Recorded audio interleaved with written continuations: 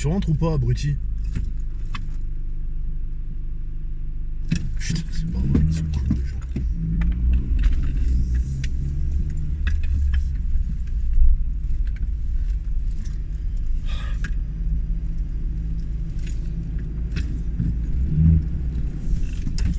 Bouge pas. Hein. Putain, mais cassez-vous, sérieux.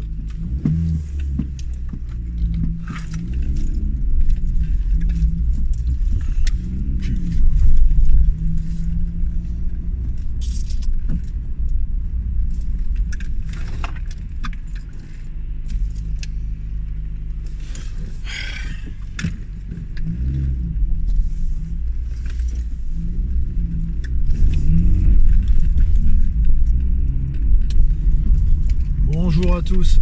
Alors, bon déjà première chose, la dernière fois que j'ai fait une vidéo, là je sais pas trop, mais il y a 2-3 commentaires qui me disaient oui camarade, attention, conduis plus prudemment. Je conduis extrêmement prudemment. Je vois pas ce qui vous défrise avec ma façon de conduire. Enfin, vous inquiétez pas pour moi, j'ai un peu l'habitude de conduire et je sais surveiller les cons qui font n'importe quoi. Bon. Qu'est-ce que je voulais vous dire?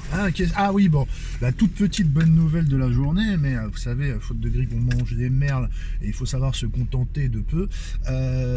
Au moins, l'hypothèse d'avoir Xavier Bertrand ou Olivier, ou comment il s'appelle, ou Le Maire, là, comme président de la République est écartée, puisque les Républicains ont décidé de hisser en finale la Pécresse et Éric Ciotti. Bon, donc il y a quand même un truc qui m'inquiète un peu, c'est que Attali, qui se targue de décider de qui est président de la République depuis à peu près Vercingétorix en France, nous a expliqué que que le prochain président serait une femme.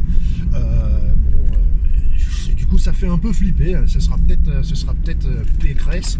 Mais bon, Pécresse ne peut pas être pire que Emmanuel Macron.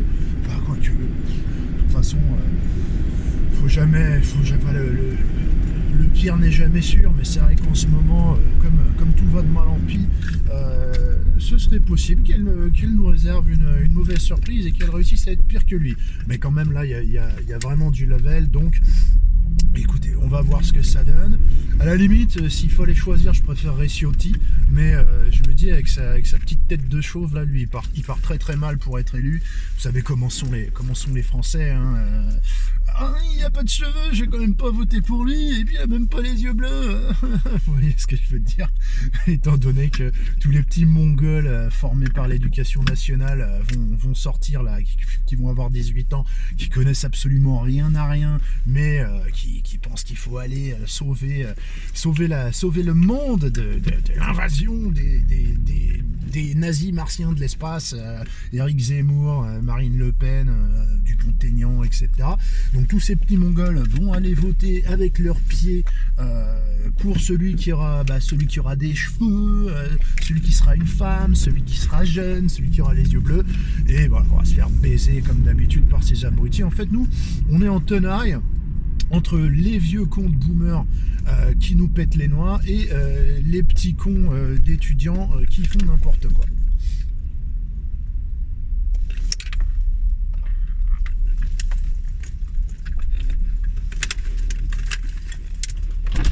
Bonjour monsieur.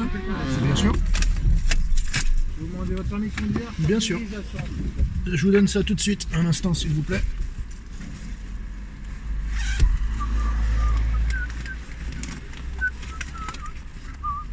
Là vous avez l'assurance. Attendez. Le permis déjà. Le voilà. L'assurance que je vous donne, pas la vieille. La posée d'AS, elle est bonne, mais au FVA, elle est pas bonne. Ah, j'arrive pas à la déplier. Mince. Et vous m'avez demandé quoi aussi, la carte grise? Oui, la carte grise. D'accord. Non, celle-là c'est l'ancienne. D'ailleurs, faudrait pas que je la garde. Mince, celle-là aussi c'est l'ancienne. En attendant, je vous donne la carte grise. La voilà. Et alors, l'assurance. Allez.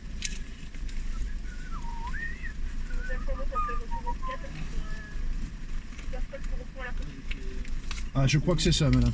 Monsieur. Oui. Hop. Pouh, bah, je viens de me faire arrêter par les flics, là.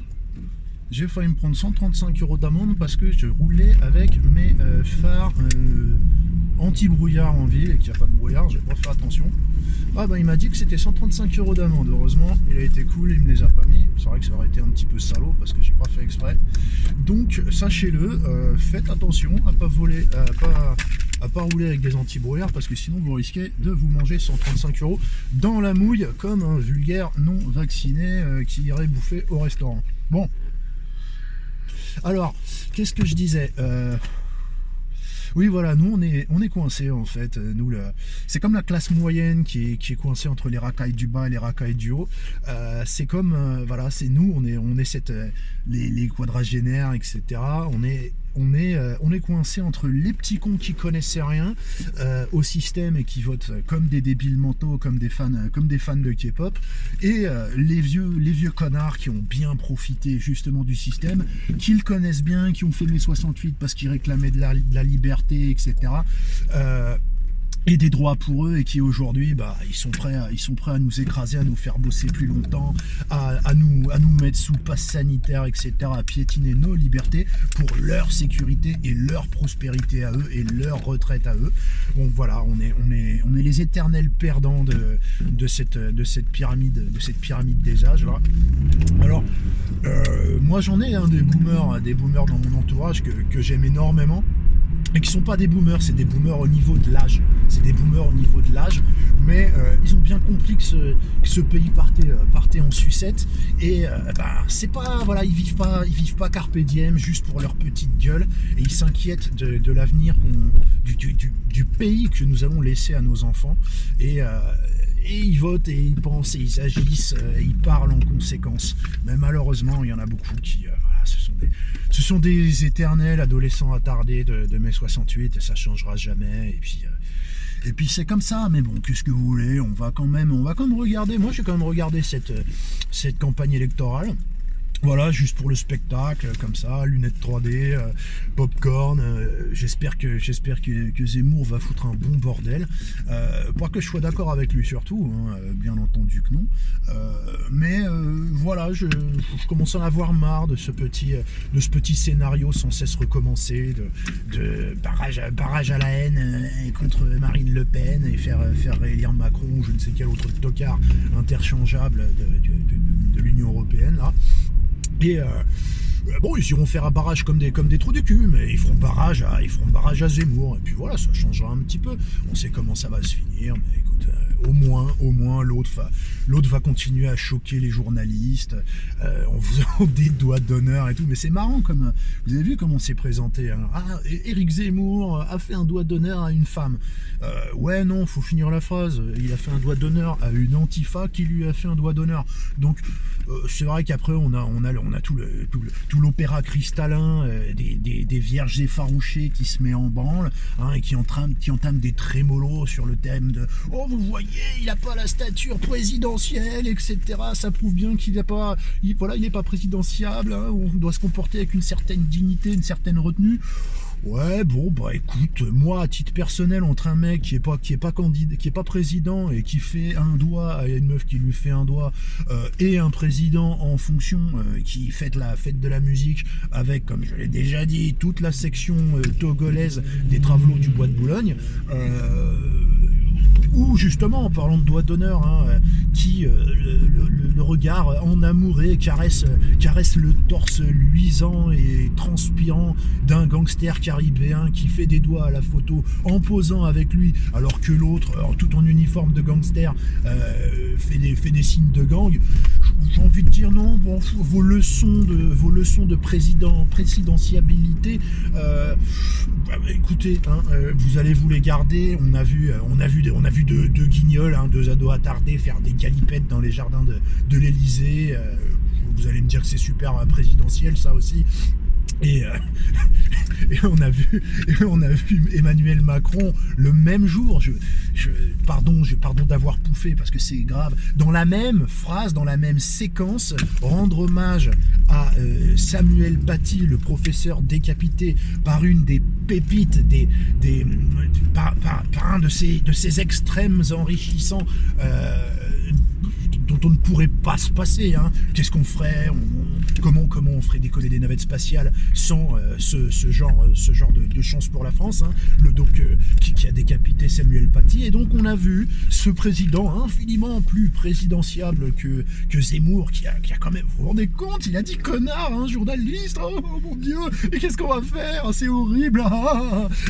Et donc dans la même séquence, hein, à 2 ou 3 minutes d'intervalle, même pas, hein, c'était une vidéo courte, et bien il a rendu hommage à Samuel Paty et il a aussi tenu sa promesse donc de montrer la photographie de McFly et Burrito là, et Carlito. C'est fantastique, le mec a rendu hommage à Samuel Paty avec la photo dans les mains. Et ça, c'est présidentiable.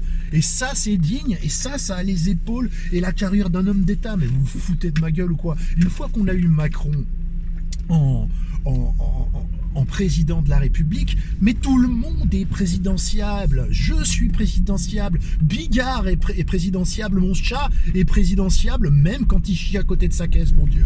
Vous vous rendez compte? Vous vous rendez compte, moi, là, avec mon perfecto, je suis présidentiable. Une fois qu'on a eu Macron, c'est ça qui est démentiel. Je me demande, en fait, si c'est la double pensée orwellienne qui frappe les esprits de ces journalistes, ou c'est juste de l'hypocrisie pure et simple, hein, ou alors c'est qu'ils sont stipendiés et qu'ils le vivent bien, parce que finalement, hein, ça paye bien, journaliste réputé. Mais bon, alors, bon, passons ça. Je disais Zemmour fait des doigts, Zemmour traite les gens de connards. Écoute, si les gens sont des connards, il faut leur dire que c'est des connards. Oui, attendez, vous vous rendez compte, il a traité une ministre d'imbécile. Donc maintenant, on reproche aux gens, c'est-à-dire que ce n'est pas être présidentiable que de dire la vérité. Parce que il faut quand même rappeler que c'est de Marlène Cancresse qu'il parlait. Marlène Schiappa, cancre, bon à rien en italien. Hein, je tiens à le rappeler. Je veux dire, on est quand même là, devant un type qui ne fait que constater l'évidence. Je veux dire, tiens, regarde, il pleut pas, et Marlène Schiappa est une imbécile, et tout le monde le sait. Bon, elle aura beau, parce que ça, il faut aussi l'avoir vu. Je vais vous mettre un lien. Vous allez entendre Marlène Schiappa expliquer. Quand on a des cheveux, forcément les gens ne vous prennent pas au sérieux parce que vous êtes femme. Moi je suis femme, j'ai les cheveux longs, alors les gens ne se rendent pas compte qu'ils ont affaire à une intellectuelle. Moi je suis une intellectuelle, je produis du concept, je produis du logos. Non, elle a pas dit logos, elle s'est pas pris pour l'autre chauve sur canapé là. Mais je veux dire, vous vous rendez compte que quand on est Marlène Schiappa, le simple fait de dire qu'on est une intellectuelle et qu'on produit du concept est une démonstration par A plus B du fait que l'on est une imbécile. Ça s'arrête là, c'est tout. Je veux dire, j'ai vu ça, je me suis pincé, je me suis fait mal, hein, je me suis pincé, j'ai tourné, et je me suis pas réveillé. C'est-à-dire que c'était la vraie vie. Marlène Schiappa se définit comme une intellectuelle qui produit du concept. Je vous jure que je mens pas. Je le jure sur la tête de mon chat. Parce que je dis mon chat parce que je jure pas sur la tête des gens que j'aime. En tout cas, j'essaye d'éviter. Même quand je dis la vérité. Mais voilà, c'est absolument merveilleux.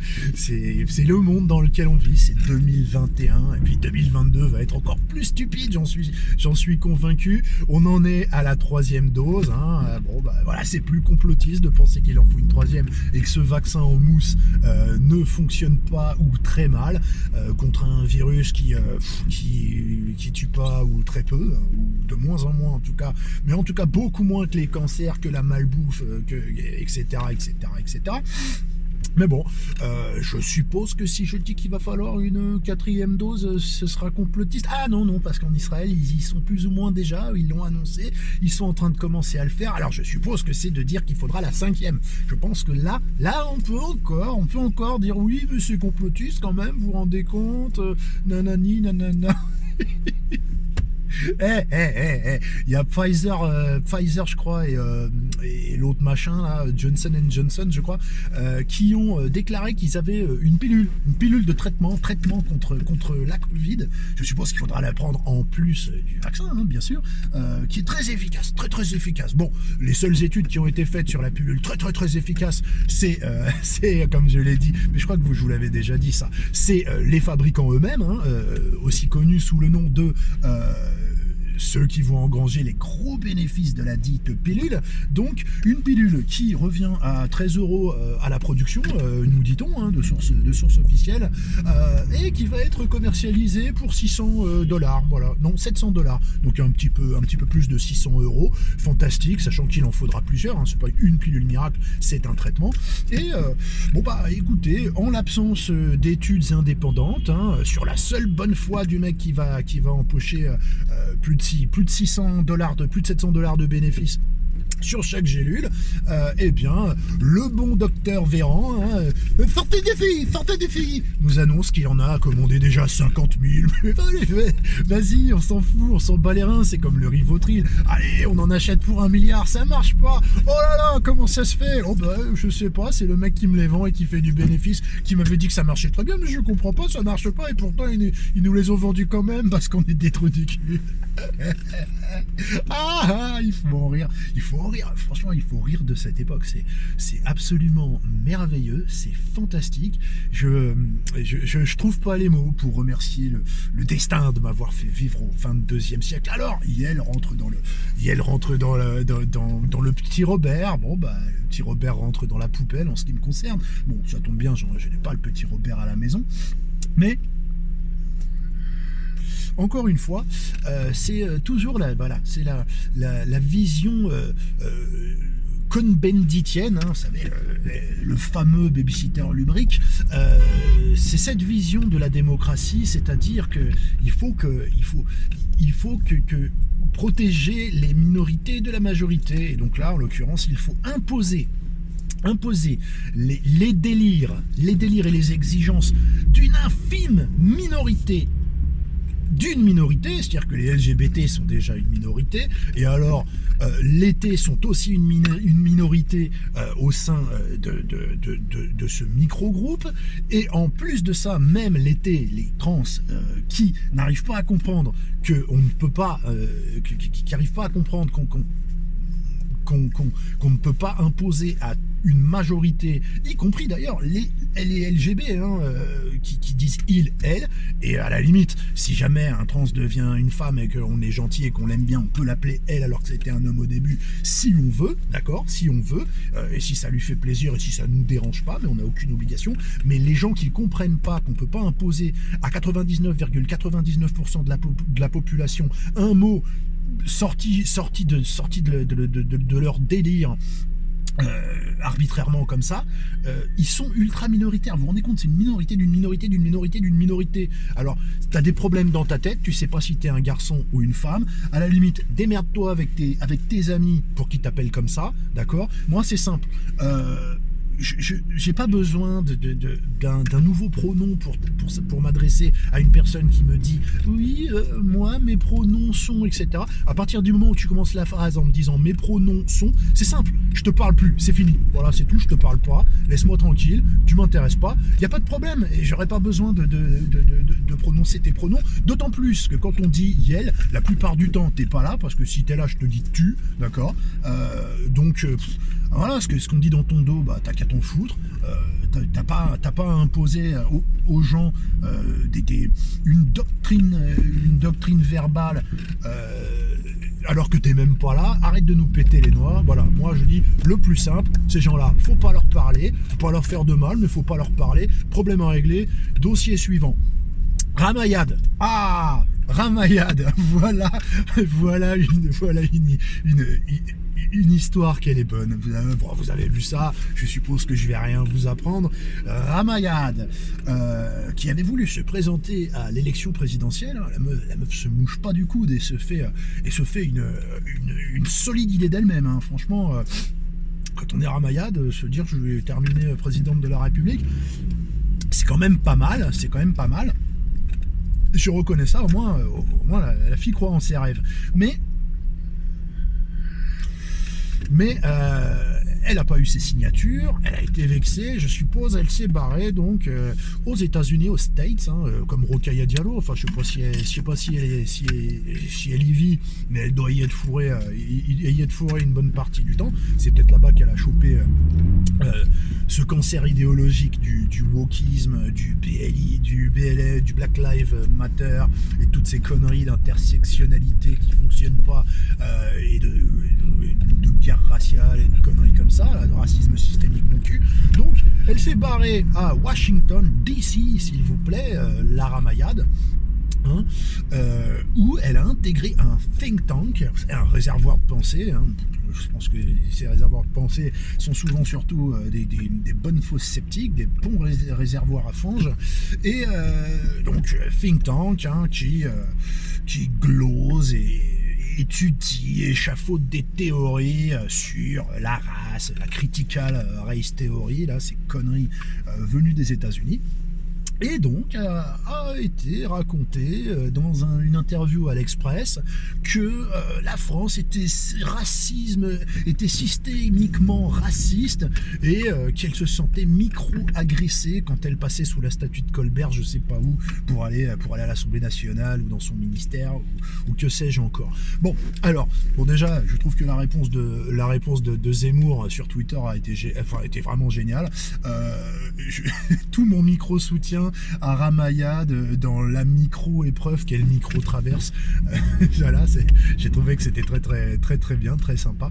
Et donc Lara Mayad, quand même, après, je sais pas si vous le savez, mais cette femme-là, c'est une bonne femme qui a été choisie comme cochant 2 cases de diversité. Elle est femme et elle est racisée. À l'époque, on disait elle est de couleur, ou elle est noire, ou d'origine africaine.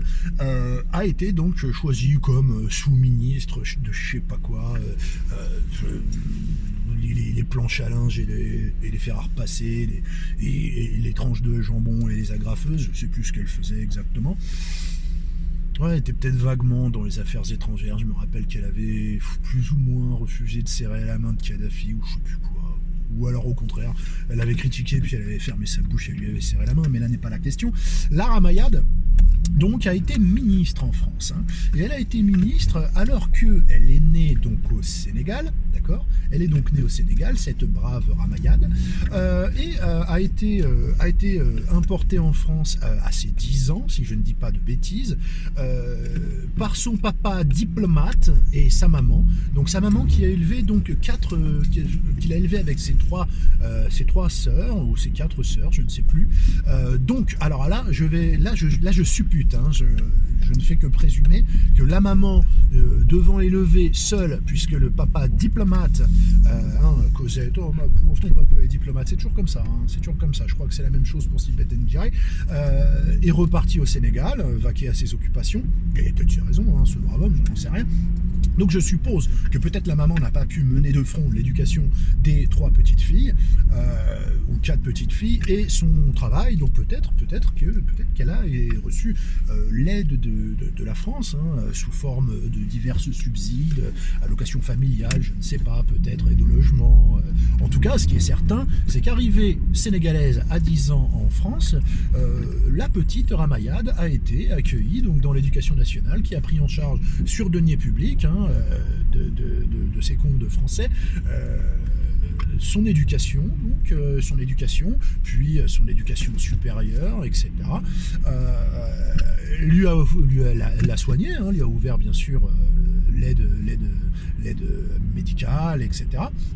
Et a fait d'elle ensuite une Française à part entière, donc naturalisée quelques années après, puis au terme de ses études, Madame Ramayad est devenue secrétaire d'État ou ministre en France. Donc, alors, ton racisme systémique, Rama, tu vas...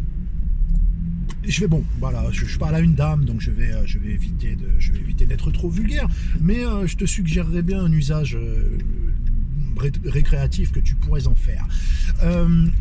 Donc, Ramayad, voilà, sénégalaise jusqu'à ses 10 ans, naturalisée française, prise en charge par la France, comme n'importe laquelle de ses enfants, estime qu'elle a été accueillie dans un pays systématiquement raciste. Hein. C'est quand même assez fantastique, à quel point la France a goût à se faire cracher à la gueule par les gens qu'elle accueille. Alors je ne parle pas de tous les gens qu'elle accueille, hein. Il y a des gens qu'elle accueille et qui lui sont extrêmement reconnaissants et fidèles, mais moi ça commence vraiment à me les briser.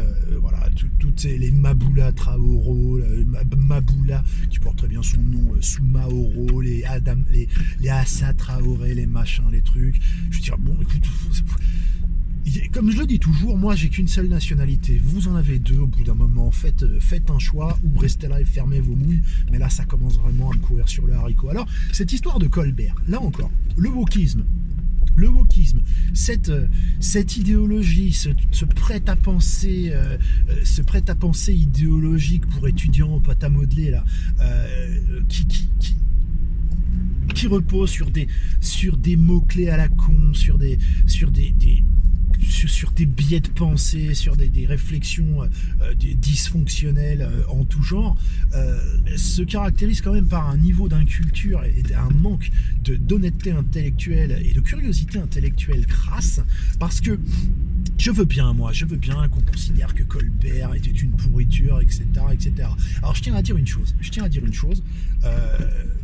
j'ai même pas envie de prendre la précaution oratoire de dire que l'esclavage est un crime odieux, monstrueux, intolérable, etc. Que personne n'a le droit de réduire qui que ce soit en esclavage, ni aujourd'hui, ni après-demain, ni à 300 ans, ni à 4000, ok ? Simplement, il faut savoir que l'esclavage avait existé de tout temps, d'accord ? Jusqu'à ce que, notamment, les Occidentaux en premier l'abolissent, d'accord ? Ce qui n'est toujours pas fait dans certains pays africains.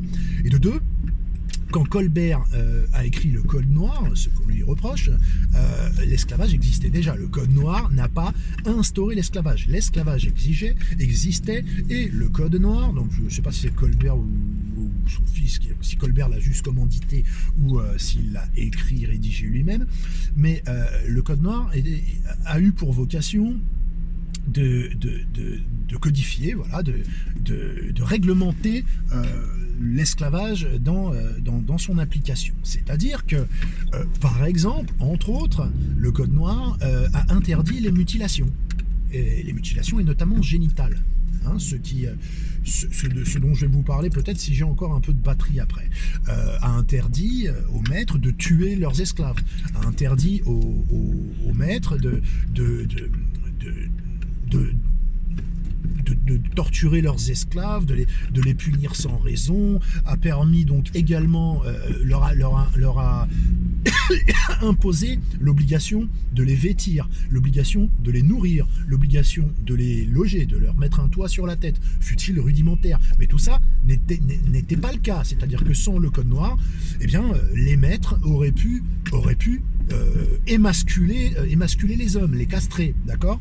Donc, au bout d'un moment, je veux bien que la soupe soit bonne, que la soupe la soupe à la grimace de l'église de pleurnichologie permette à des nuls et à des incapables de se faire une carrière. Hein. Coucou Rokhaya, coucou Rama, coucou Maboula, coucou tous les autres débiles de la création. Souvent des femmes d'ailleurs, bizarrement, qui se vautrent et se repaissent de cet infâme festin de pleurnicherie. Et tout simplement, donc, ce sera intéressant aussi au bout d'un moment quand même de réfléchir un petit peu à ce qu'on dit et à la vision qu'on porte sur les choses que l'on dénonce, parce que la vie d'un esclave est meilleure sous le Code Noir que sans le Code Noir. Voilà.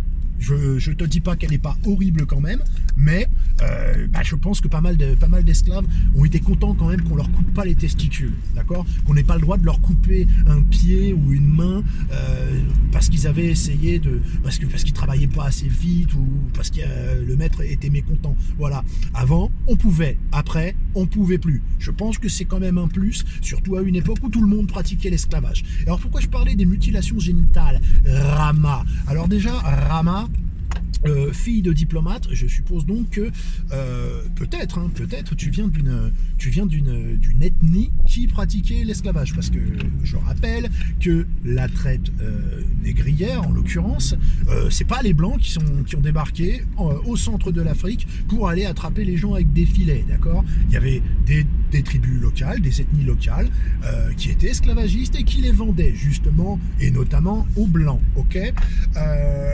Ça c'est une première chose, hein. Donc je ne sais pas, peut-être tes ancêtres en font partie. En tout cas, il semble que Madame Rokhaya Diallo, avec sa flamboyante toison orange, eh bien il semble que Madame Rokhaya Diallo soit de l'ethnie Peul. Ethnie Peul qui, si peut-être si je ne m'égare, si je ne me trompe pas, était une tribu esclavagiste. Donc il y a plus de chances que Rokhaya Diallo ait des ancêtres esclavagistes que moi, parce que moi en fait mes ancêtres ils n'étaient pas comme Rokhaya Diallo Peul, hein, non, moi mes ancêtres ils sont ch'tis, d'accord, et donc moi mes ancêtres aux dernières nouvelles ils étaient dans les mines en fait. Ils étaient dans les mines de charbon, mes ancêtres, d'accord? Et on n'a jamais vu un mineur de charbon avoir un esclave africain dans les corons de l'île ou de Roubaix, ok? Donc, moi, ce genre de conneries, déjà, la responsabilité filiale, générationnelle, c'est de la merde, Rokhaya Diallo aussi, ses parents étaient des esclavagistes, elle y est pour rien, et elle est responsable de rien, et moi, dont mes parents n'ont aucune chance, mes arrière-grands-parents n'ont aucune chance d'avoir détenu des esclaves, parce que je le répète, ils étaient en train de choper la silicose dans les putains de mines de charbon, ok? On n'a jamais eu d'esclaves dans ma famille, et ça c'est certain. Ça, c'est certain. Donc, j'ai pas à me faire tancer par des bourgeoises issues de la diplomatie africaine qui vivent certainement dans des lofts à Los Angeles ou à Washington. J'ai pas à me faire tancer par ce genre de bouffonne comme si j'étais responsable de quoi que ce soit. D'accord ? Ensuite, qu'allais-je dire? Parce que c'est toujours ça. Ah oui, non, ah là là, l'homme blanc, le blanc triarcat. Oh, vous savez qu'il existe maintenant la misogynoire. Il paraît que Aya Nakamura est victime de misogynoire. Allez comprendre, la misogynoire. C'est la misogynie quand elle s'applique à une personne noire, c'est de la misogynie noire. C'est de la misogynoire. Ces gens sont starbés. Et je crois qu'on peut rien faire pour les récupérer. Qu'est-ce que j'allais dire? Oui, le blanc triarcat, etc. Machin, truc, bidule. D'accord.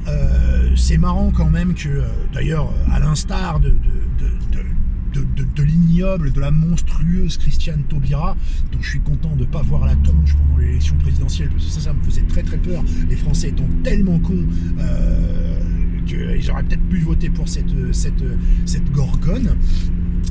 Donc à l'instar de Taubira, hein, il ne faut pas mettre la lumière sur la traite arabo-musulmane de façon à ne pas faire peser le poids de l'esclavage sur les épaules des jeunes arabes. D'accord, ouais, je comprends, c'est sympa, je suis content pour eux que ça pèse pas sur leurs épaules parce qu'ils y sont pour rien. Mais alors pourquoi mon gamin à moi, il faut que ça pèse sur ses épaules à lui, hein?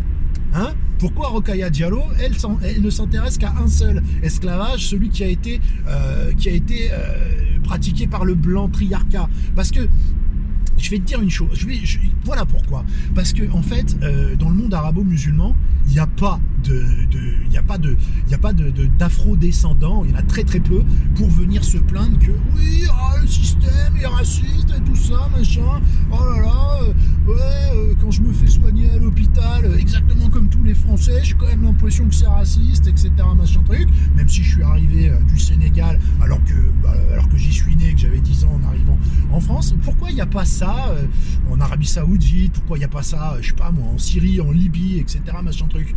Eh bien parce que, vous voyez, aux États-Unis, d'où viennent toutes ces théories à la mort moi le cul, et en France, eh ben en fait, les afro-descendants, ils sont toujours là. Voilà, même ceux qui d'ailleurs en France n'ont jamais été esclaves, hein.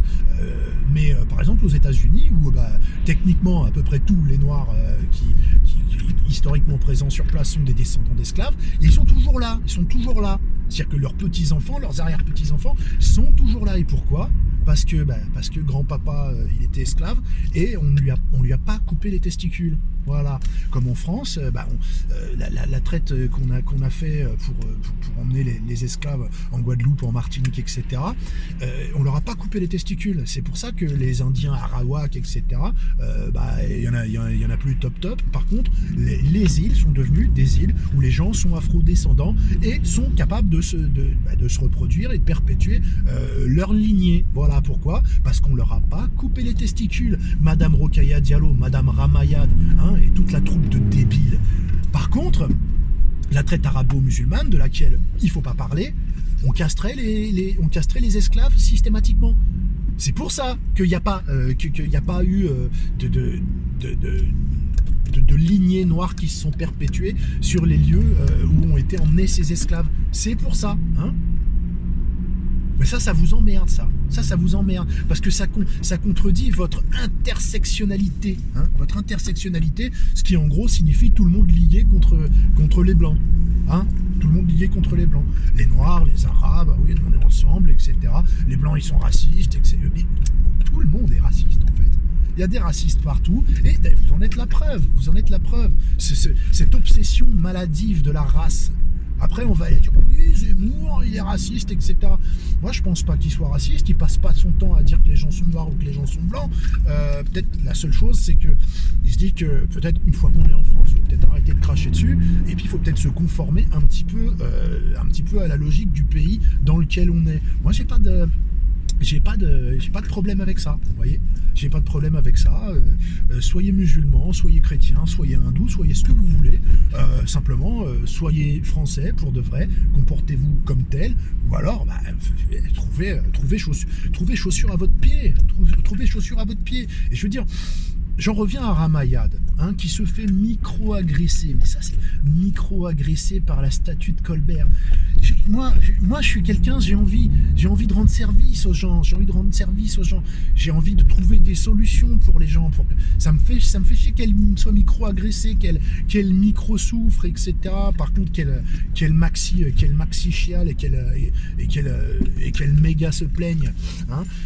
Moi, ça me fait de la peine. Alors, j'ai envie de dire, Rama, tu sais quoi, ton problème est réglé. Moi, je connais un endroit, en fait. Garanti sur facture, où tu trouveras pas de statue de Colbert. C'est le Sénégal. Ok ? Voilà, c'est le Sénégal. Problème réglé. Merci, monsieur, dame. Au revoir, tout le monde.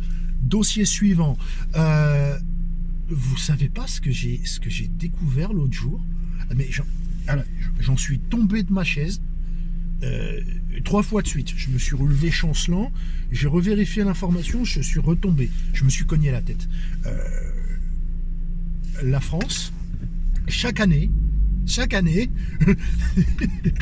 verse plus de 300 millions d'euros. Alors vous allez me dire, c'est pas grand chose, 300 millions d'euros. Oui, c'est vrai, c'est pas grand chose. Mais c'est pas au Botswana qu'on verse ça. C'est pas au Sri Lanka, à Madagascar ou à la Sierra Leone. Non, c'est à la Chine.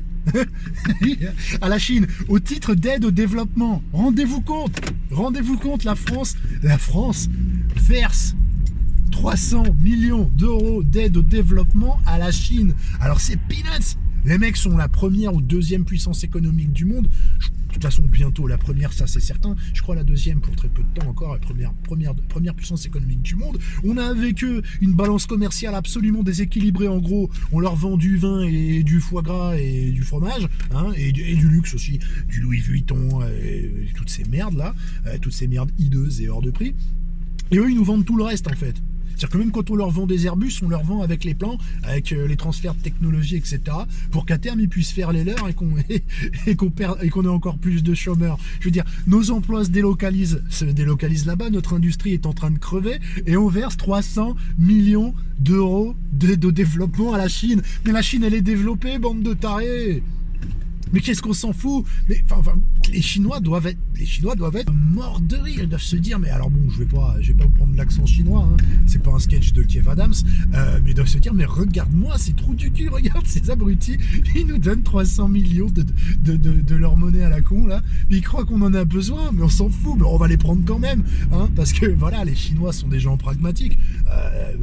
T'es con, t'es bête à manger du foin, tu veux leur donner de l'argent alors qu'ils en ont pas besoin et que t'es en train de leur bouffer la laine sur le dos, bah ils prennent. Je ferais pareil, hein. Je ferais exactement pareil, mais ils doivent être morts de rire, ils doivent se dire, est-ce qu'on a une estimation du quotient intellectuel moyen du dirigeant français, parce que est-ce que c'est du 2 chiffres, parce que là il y a un truc qui va pas. Mais bon, on va continuer à faire du business avec ces gogoles là. Peut-être qu'un jour ils vont se rendre compte qu'ils nous versent 300 millions d'euros et que ça sert à rien, mais en fait on s'en fout. C'est comme les pilules de Pfizer, etc., à 600 $ la pièce, testée uniquement par eux, qu'on achète juste sur la bonne foi du PDG de Pfizer qui fait ses études tout seul. C'est l'argent des Français, qu'est-ce qu'on s'en bat les reins, ça fait de la dette, c'est très bien. Et puis bon, faut pas oublier d'où vient Macron, c'est-à-dire employé du mois Véran pour Pfizer, employé du mois Pfizer et Rothschild et la banque et la finance internationale, Emmanuel Macron, le magnifique. C'est absolument merveilleux, c'est absolument fantastique. Ils ont laissé les portes grandes ouvertes pour que la maladie arrive. Ils ont fermé l'économie, ils nous ont endettés encore plus, et ils vont venir nous dire, il va falloir travailler plus, il va falloir peut-être, je sais pas, on va instaurer une nouvelle taxe, un bail pour que vous habitiez dans la maison dont vous êtes propriétaire, une connerie de ce type, un impôt européen de solidarité avec je sais pas quoi, mon cul, la relance, c'est fantastique, c'est vraiment, mais on est un pays,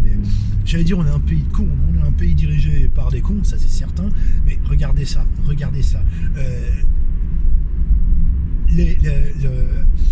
L'Angleterre, le Royaume-Uni, que je félicite pour son Brexit, hein, très très bien, il n'y a pas de souci, moi j'adore ça, j'en rêve, mais le Royaume-Uni qui visiblement nous a mis un coup de 12 sur les droits de pêche des pêcheurs français dans la Manche, hein, qui respectent pas les accords du Brexit en la matière. Je veux dire, on continue à faire le gardiennage de leurs frontières en France pour les migrants qui pourtant veulent aller chez eux.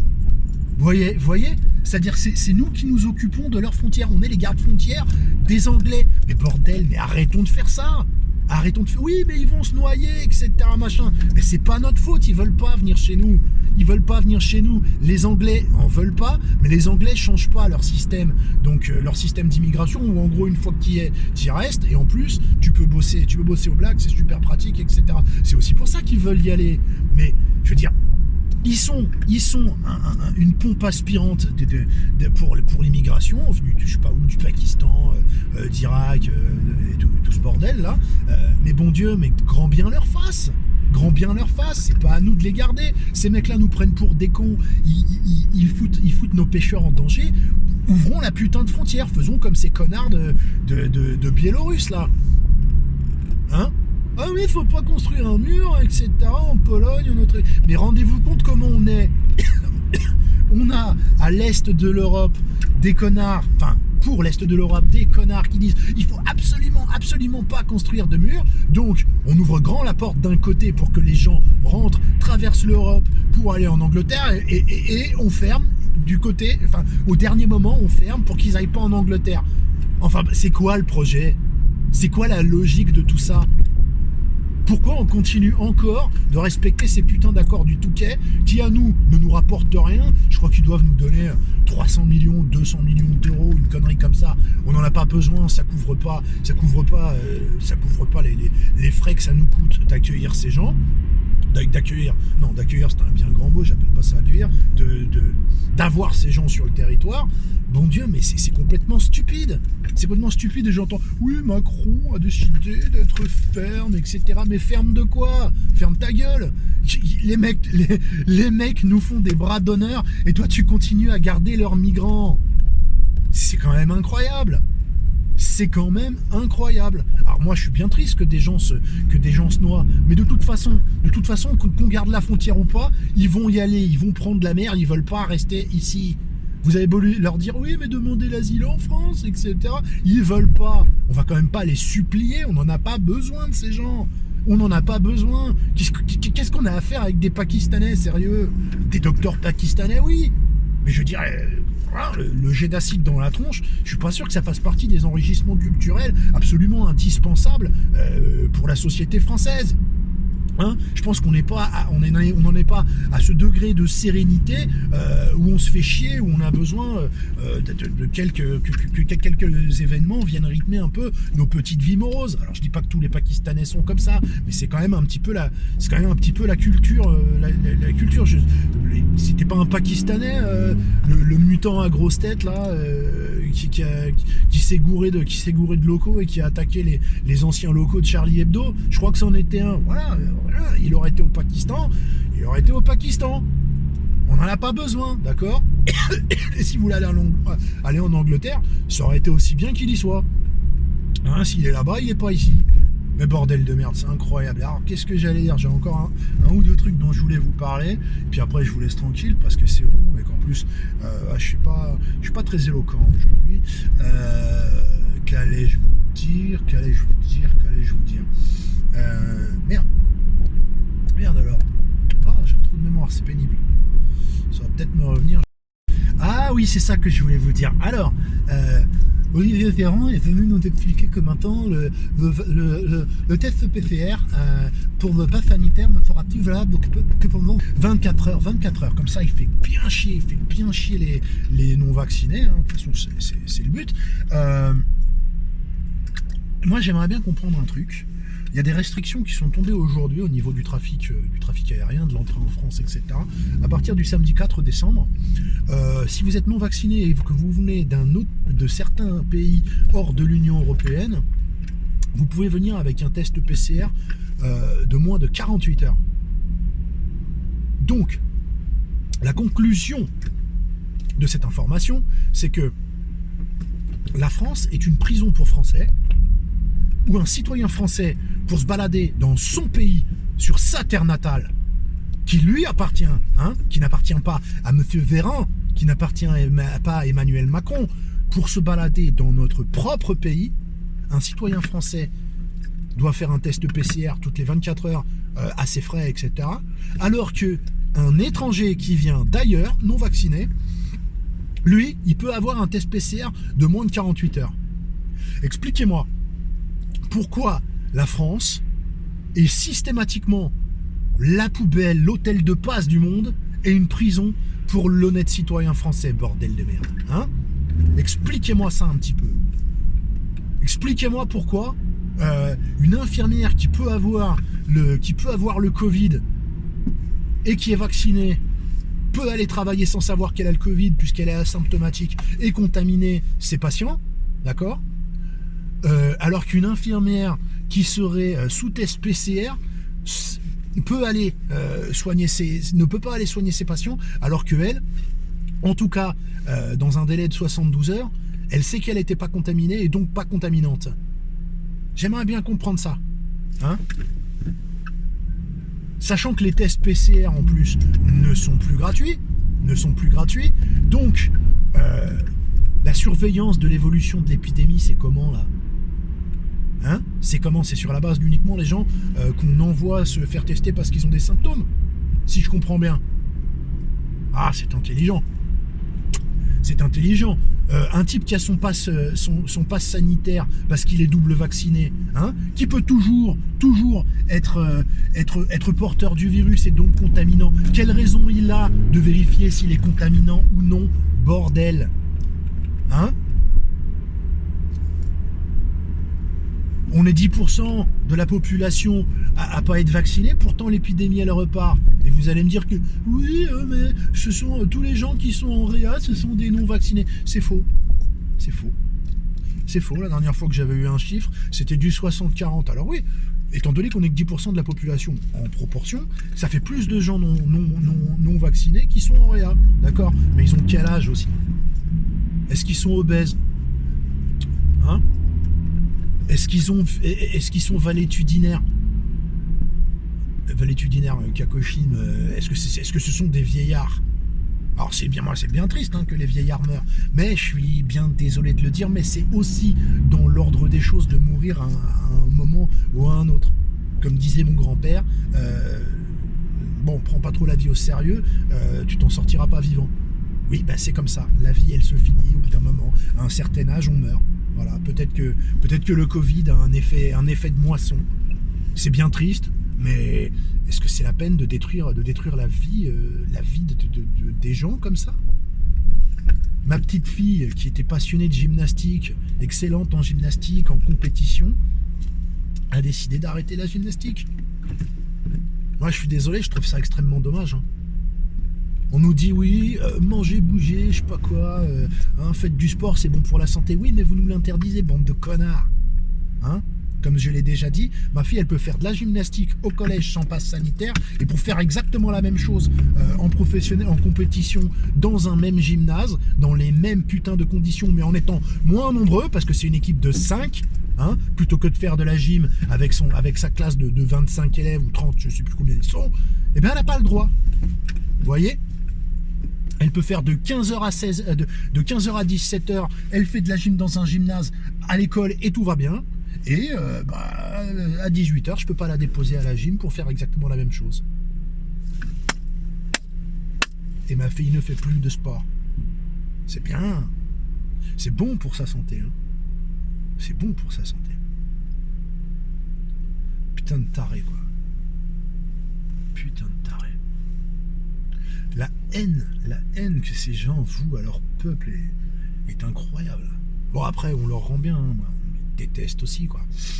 Mais voilà, au stade où j'en suis, je vous garantis, n'importe quoi plutôt que continuer avec ces gens-là, quoi. Et si on continue avec ces gens-là, je suis désolé, ce peuple est perdu. Ce peuple est perdu. Allez, les gars, je me rappelle pas du dernier truc que je voulais vous dire. J'espère que j'ai pas été trop chiant, que j'ai pas trop radoté. Je crois que j'avais parlé de ces trucs-là, mais dans des lives, je pense, j'aime de moins en moins les lives. Ça me fait chier, je pars un peu dans tous les sens. Donc, ce que je vais faire, je vais rentrer à la maison. J'espère que ça vous aura intéressé. Je ne pense pas vous avoir appris grand-chose. Mais bon, moi, ça me fait toujours un peu de bien d'y sortir. Et on dit par chez moi. Et il paraît qu'il y en a parmi vous, pour une raison qui m'échappe, que ça soulage aussi de m'entendre râler. Bon, écoutez, vous remarquez. Moi, c'est vrai que ça me soulage aussi d'entendre d'autres gens râler. Jimmy Patin là, qui pète ses câbles.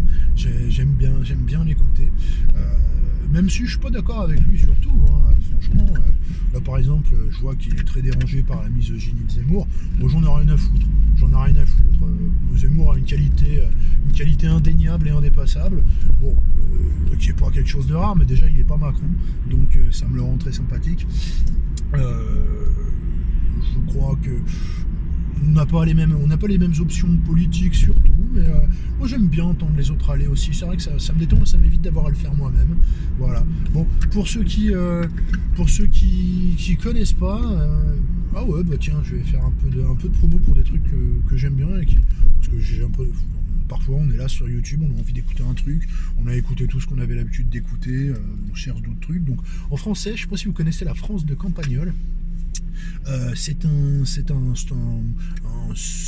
septuagénaire, je crois. Enfin, c'est un papy, l'appellerais-je ainsi, en raison de sa belle barbe blanche, qui porte très beau, qui s'appelle Combaz, je ne sais plus comment Combaz, qui est un écrivain retranché à la campagne, qui raconte des discussions avec des amis à lui de son âge, je crois, dans son village de campagne. Donc ça s'appelle La France de Campagnol. C'est intéressant. Franchement, j'aime bien, ça détend. Disent des trucs parfois très profonds, très cool. Pour ceux qui connaissent pas Pierre-Yves Rougeron, bah voilà, ça aussi, ça détend pas mal. Le type a des punchlines qui font plaisir. Bon là, tout de suite, je vois pas trop ce qui me vient à l'esprit. Je sais pas pourquoi je vous parle de ça, d'ailleurs, on s'en fout en fait. Bon. Allez, cette fois je me casse, cette vidéo est trop longue et prenez bien soin de vous, hein, vaccinez-vous, ça va comme des connards. Et ah oui, petite bonne nouvelle, peut-être un petit morceau, non pas de moi, mais un featuring de moi qui risque de sortir. Donc j'annonce pas avec qui tout de suite, parce que on verra si ça se fait aussi. C'est pas qui vous pensez, mais je vous en dirai un petit peu plus. J'attends de recevoir l'instru et de trouver un moyen d'enregistrer, puisque je n'ai plus de studio, je n'ai plus de beatmaker, je n'ai plus de studio. Mon home studio est mort et je ne sais pas comment le remettre sur pied, et je n'ai pas envie d'investir à nouveau 10 000 balles ou 5 000 balles là-dedans. Donc il faut que je me démerde, mais ça devrait sortir. Un rappeur d'excellente facture, un rappeur qui me plaît beaucoup. Non, ce n'est pas Zippo. Featuring Comrade et un autre pélo dont j'ai pas le nom en tête. J'espère que ça vous plaît, j'espère que ça sortira déjà, et j'espère que ça vous plaira et que ça vous encouragera aussi à donner un petit peu de force et de visibilité à mon pote. Allez, passez une bonne après-midi, putain, il fait noir comme dans le cul d'un cheval, et je vous dis bonne après-midi. Complètement taré le Comrade. Allez, ciao. J'espère que ma conduite vous a pas effrayé.